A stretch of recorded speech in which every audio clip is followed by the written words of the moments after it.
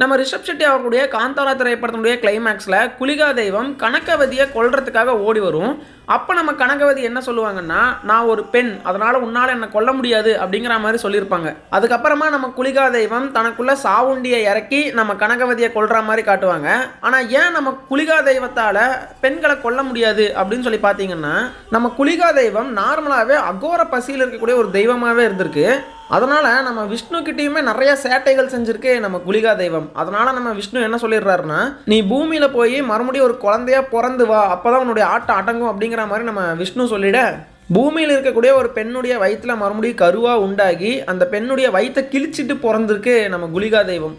அப்படிப்பட்ட அந்த ஒரு தெய்வத்திற்கு மறுபடியும் பிறப்பை கொடுத்தது யாருன்னா ஒரு பெண் தான். அதனாலேயே அந்த தெய்வம் பெண்களை கொலை பண்ணுறது கிடையாது. அண்ட் அதே மாதிரி பெர்மே அப்படிங்கிற இந்த ஒரு கேரக்டருமே இந்த திரைப்படம் முழுக்க பெண்களை கொல்ற மாதிரி காட்டியிருக்கவே மாட்டாங்க. கிளைமேக்ஸில் சாவுண்டி தன்னுடைய உடம்புல இறங்கினக்கப்புறம் தான் கனகவதி கொல்லுவாங்களே தவிர, அதுக்கு முன்னாடி வரைக்குமே எந்த சீன்லையுமே பெண்களை இவர் கொண்டிருக்கவே மாட்டார்.